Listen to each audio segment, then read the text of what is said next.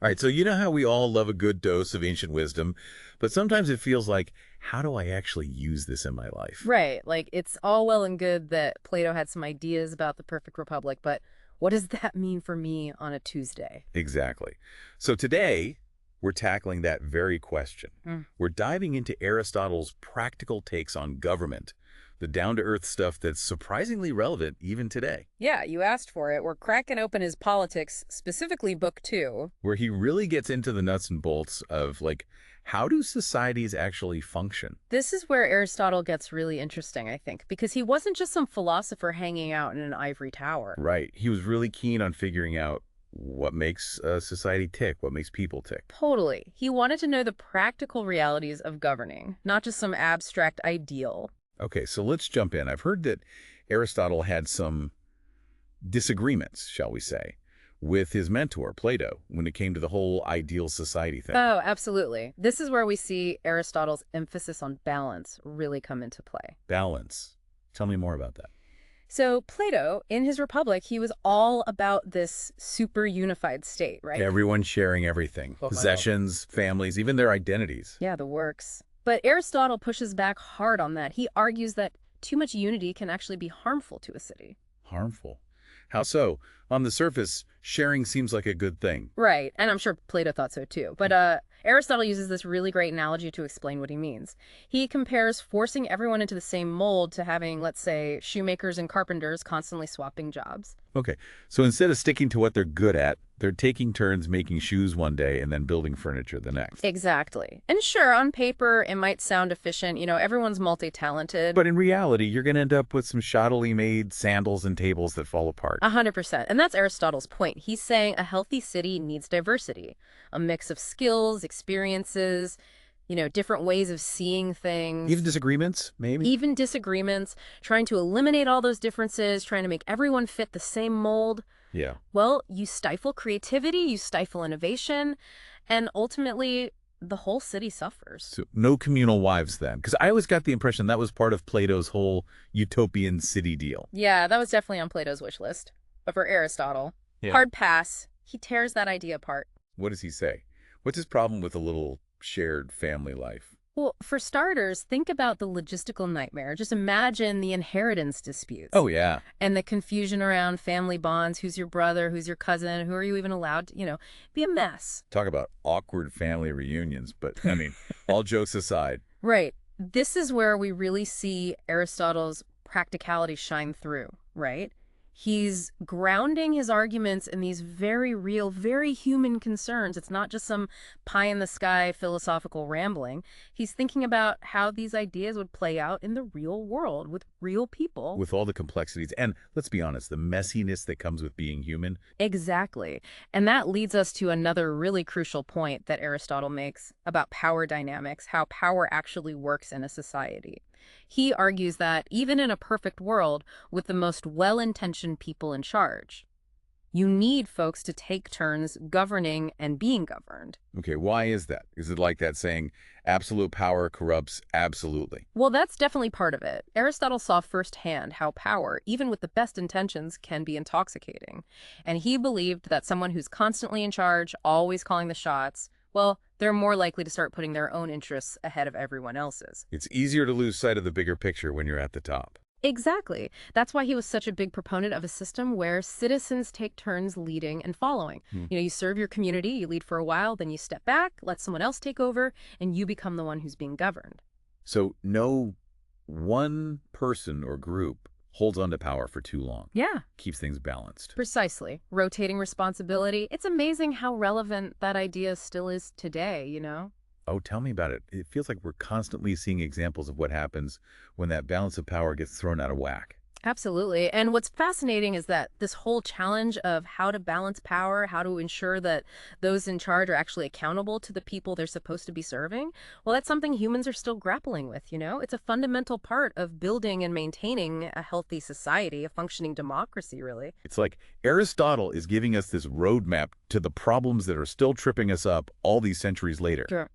So how did Aristotle go about putting these ideas into practice? Did he just theorize from some, philosophical ivory tower? Or did he actually get his hands dirty, so to speak? Did he just theorize from some, like, philosophical ivory tower, or did he actually get his hands dirty, so to speak? Oh, he got his hands dirty. Aristotle, he wasn't just some armchair philosopher. This is what makes him so fascinating, so relevant. He was like, okay, I've got these ideas, but do they actually hold up in the real world? So he looked at real life examples, actual governments to see what worked and what didn't. He was like the original political analyst. Fieldwork, ancient Greece style. Where did he even begin? Well, he dove deep into the systems of Sparta, Crete, and Carthage, for starters. Oh, interesting. A pretty diverse group of societies. Sparta, obviously known for their military prowess. Crete, a bit more mysterious. And Carthage, a major power player in the Mediterranean back then. Exactly. And he wasn't afraid to point out the flaws, even in systems that were considered, successful. Like, take Sparta. They were the military powerhouse of their time. Yeah, everyone was a little bit afraid of the Spartans. Yeah. But Aristotle wasn't impressed.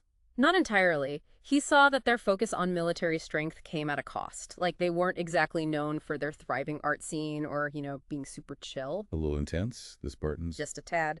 Aristotle pointed out that other vital aspects of a society, things like economic development, the arts, intellectual life, well, those kind of withered under their super strict system. So it's all well and good to have a strong military, but not if you neglect everything else that makes life worth living.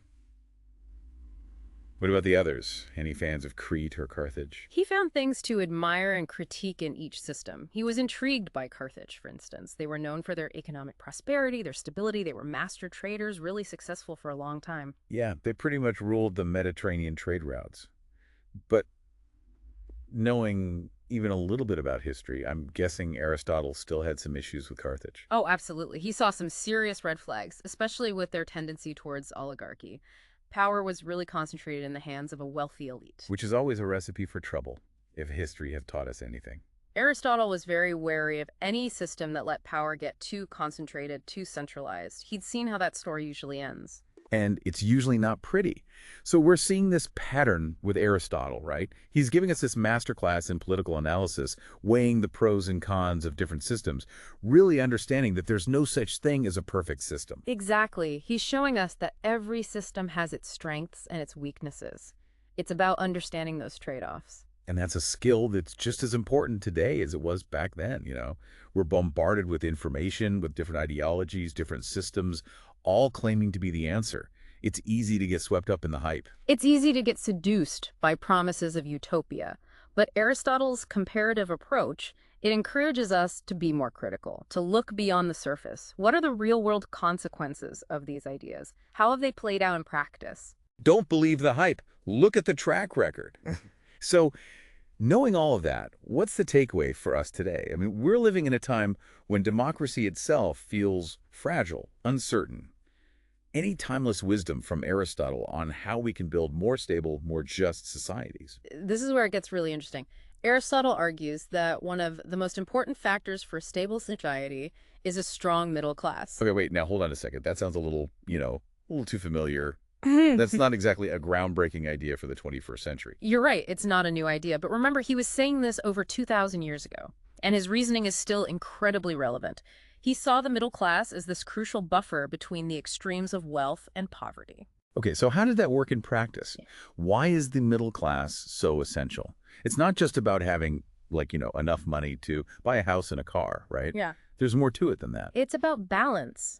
Aristotle argued that when you have this massive gap between the very rich and the very poor, well, it creates all sorts of social unrest. Right, resentment builds on both sides. Exactly. The wealthy, they become more likely to, leverage their power for their own benefit, often at the expense of everyone else. And the poor, they become more and more disenfranchised, more likely to, revolt. A strong middle class with, some economic security, they have this vested interest in maintaining order and making sure the system works for them. They're invested in stability in a way that maybe the extremes aren't. Exactly. So they act as this stabilizing force, preventing those extremes from tearing society apart. So a strong middle class equals less social volatility, less instability. It's fascinating how he connects these economic realities to political stability. Yeah. But it's not just about, the size of our wallets, right? He also talks about shared values. Right. You've hit the nail on the head. He goes on to argue that while those economic factors are important, Shared values in education are even more fundamental to a healthy society. Okay, so explain that to me. What does he mean by shared values? Okay, so explain that to me. What does he mean by shared values? So Aristotle, he was really onto something here. He recognized that you could have a society where, sure, on paper, everyone's got equal wealth. Everyone's got a roof over their heads, food on the table. Right, but what if they don't agree on what matters? What if they have completely different ideas about, what makes life good, what's worth striving for? You're saying it's not enough to just level the playing field economically. Exactly. Imagine a society where everyone has just enough to get by, but they're constantly at each other's throats because they can't agree on what's truly important. Not exactly a recipe for a harmonious or happy society, right? Sounds more like a recipe for disaster, honestly. Right. So what's the solution? How do we create that shared sense of purpose, that understanding of what a good life even looks like? Well, Aristotle was a big believer in education. And I don't just mean, learning how to read and write and do math, although those things are obviously important too. He was talking about moral education. Teaching people how to be virtuous. Exactly. Cultivating virtues like courage and justice and compassion. So it's not just about rights and freedoms, it's about responsibilities too. Absolutely. It's about understanding that we're all part of something larger than ourselves. And we all have a role to play in making that larger whole function well. So how do we put these ideas into practice? I mean, it feels like we're living in a time where those shared values are becoming more and more elusive. People are retreating into their own echo chambers, their own tribes. It feels like it's harder than ever to find common ground. You're not wrong, but, maybe that's all the more reason why Aristotle's still relevant, because he's reminding us that a well-governed state, a flourishing society, it doesn't just happen. It requires effort, it requires participation from all of us. So it's not just about voting every few years and hoping for the best. It's about engaging in thoughtful dialogue. It's about being willing to listen to perspectives we might not agree with. It's about, looking beyond our immediate self-interest and asking ourselves, what do we owe to our communities? What do we owe to future generations? It's about recognizing that we're all in this together. Exactly. And that's a really powerful message, I think, especially now when it's so easy to feel divided and disillusioned. Aristotle reminds us that we all have agency. We all have a part to play in shaping a more just, a more flourishing world. Well said. It's a high bar, but someone's got to aim for it, right? Exactly. And on that note, I think we've given our listeners a lot to think about today. We have. So, to everyone listening, thank you for joining us on this deep dive into Aristotle's surprisingly relevant wisdom. We'll leave you with this. What will you do today to help build a better tomorrow?